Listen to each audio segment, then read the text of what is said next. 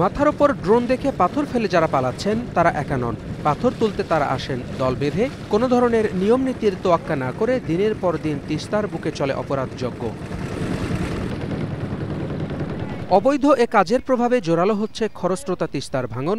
নদীগর্ভে ঘরবাড়ি হারিয়ে নিঃস্ব হচ্ছে হাজারো মানুষ। সব হারানো এসব মানুষ অসহায়, সবাই মিলেও তারা যেন বড় একা।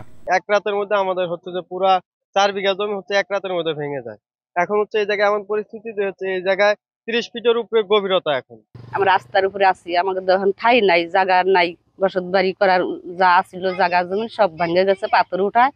স্থানীয়রা বলছেন, কাগজে কলমে নিষিদ্ধ হলেও তিস্তা নদীতে অবাধেই চলছে পাথর উত্তোলন।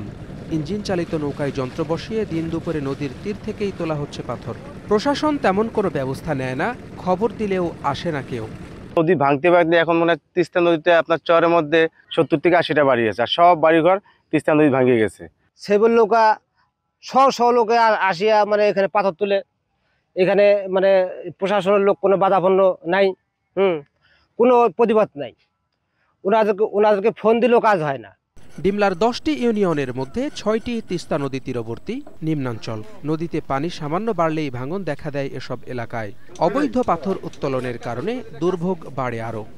অসাধু ব্যবসায়ী তিস্তা নদীতে শেপের মাধ্যমে পাথর উত্তোলন করতেছে। এতে করে হয়তো নদী ভাঙনের প্রকোপ বাড়তে পারে। ইতিমধ্যে আমরা এটা উপজেলা প্রশাসনকে জানিয়েছি। আমরা চাই যে এটি অপরিকল্পিতভাবে পাথর উত্তোলন যাতে না হয়, প্রশাসন যাতে এদিক থেকে সজাগ থাকে। ইতিমধ্যে নদীতে ইতিপূর্বে যারা পাথর উত্তোলন করে এই নদীর গতিপথ পরিবর্তন করেছে, তারা পুনরায় আবার সজাগ হয়েছেন।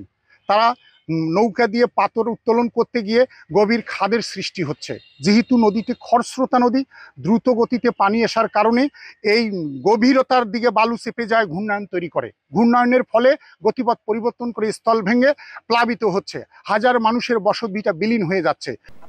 পানি উন্নয়ন বোর্ডের কর্মকর্তারা বলছেন, তিস্তা থেকে শুধু পাথর নয়, পানি তোলাও সম্পূর্ণ নিষিদ্ধ। তারপরও প্রতিদিন 100 থেকে 150টি নৌকা দিয়ে অবাধে চলছে পাথর তোলা।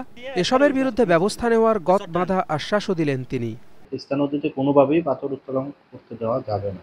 এই ব্যাপারে আমাদের উপজেলা প্রশাসন, জেলা প্রশাসন, স্থানীয় সাংবাদিকবৃন্দ, প্রিন্ট মিডিয়া, সামাজিক যারা গণ্যমান্য ব্যক্তি, প্লাস হচ্ছে পুলিশ প্রশাসন, সবাই সতর্ক। যখনই এই ধরনের কর্মকাণ্ড দেখা যাচ্ছে, আমরাও অবহিত করতেছি, ওনারাও অবহিত করতেছে এবং ব্যবস্থা নিচ্ছে।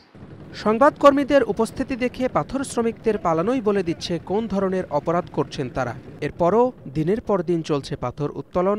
তিস্তায় সব হারানো মানুষগুলোর দিন কাটছে আতঙ্ক নিয়েই। Desk report, star news.